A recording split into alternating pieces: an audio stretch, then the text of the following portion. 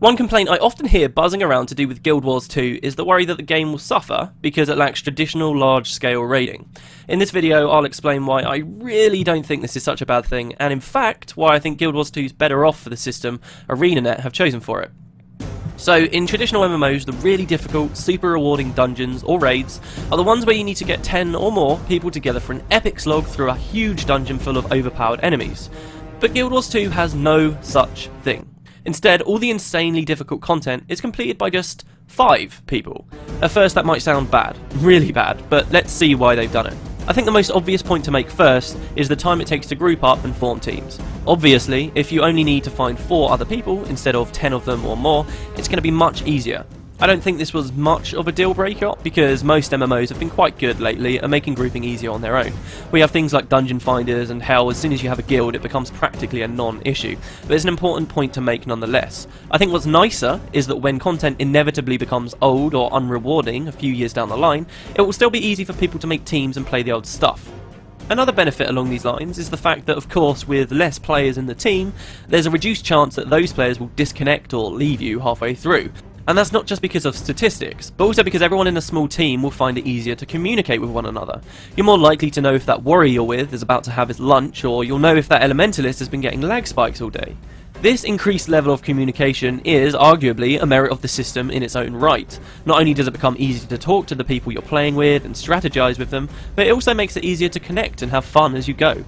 MMOs are, of course, sociable games. You'd think that raiding with loads of people would offer more opportunity for communication, but I think you'd be surprised. It's the difference between being in a busy market street or left in a room with just one other person. This in mind, I think it's quite safe to argue it will be easy to find a group of people you really enjoy playing with and form something of a regular team. Another nice benefit of the 5-man system is actually how easy it will be to take that team into other areas of the game, such as PvP. In fact, I'd wager that ArenaNet specifically set it up this way so that groups of friends form in PvE and then can easily get their feet wet in the other game type, a form of endgame in itself. I'm not saying that they'll be immediately good at PvP by any stretch of the imagination, just that dungeons serve a very convenient platform to other types of gameplay. But still, I wouldn't honestly say that any of these points I've just made alone are particularly outstanding. No, I think the biggest reason for ArenaNet making this change was to do with role dilution. By this, I mean that when playing with lots of other people, your role in the team, the impact you make, is diluted.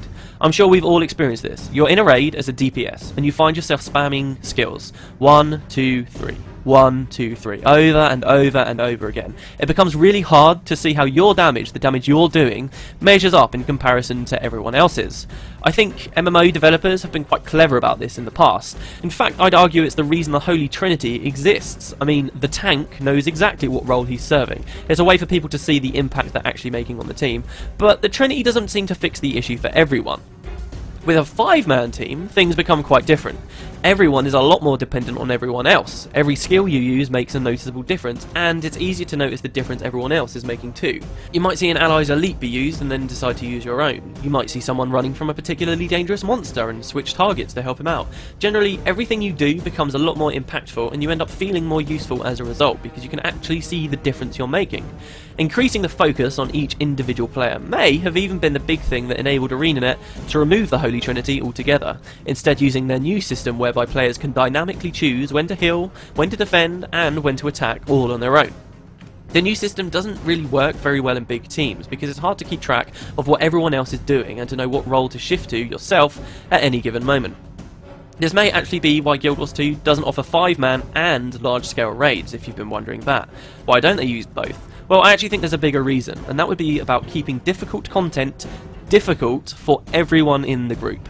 Current MMOs using the Trinity are pretty static in their approach. There tends to be lots of pressure and skill required, but only of certain players, like the tanks, while very little is asked of the DPS and the healers. And when you think about it, that doesn't make much sense. Shouldn't the elite super difficult content be just as difficult for every member of the team? Why is it that so much relies on the tank doing his job right, while I stand around at the back face rolling the keyboard and get the exact same rewards? Not only is there a disparity between what's required of different team members, but in my opinion, large team sizes also don't punish weak links well enough. And by that I mean, if I'm playing really badly in a huge team, it's far easier for the others to pick up the slack and get me through the dungeon, even though I shouldn't rightly be there. If you've managed to complete a Guild Wars 2 dungeon, you know you've all worked for it and you all deserved it. This is simply a matter of consistently keeping what's supposed to be difficult end game content just that. Difficult. There's plenty of stuff in Guild Wars 2 that isn't supposed to be elite end game, like dynamic events and world versus world. And guess what? Those let you have organised groups of well over 100 people running around in a glorious chaotic clusterfuck. So if this really doesn't scratch your itch, feel free to go there. And please, stop complaining.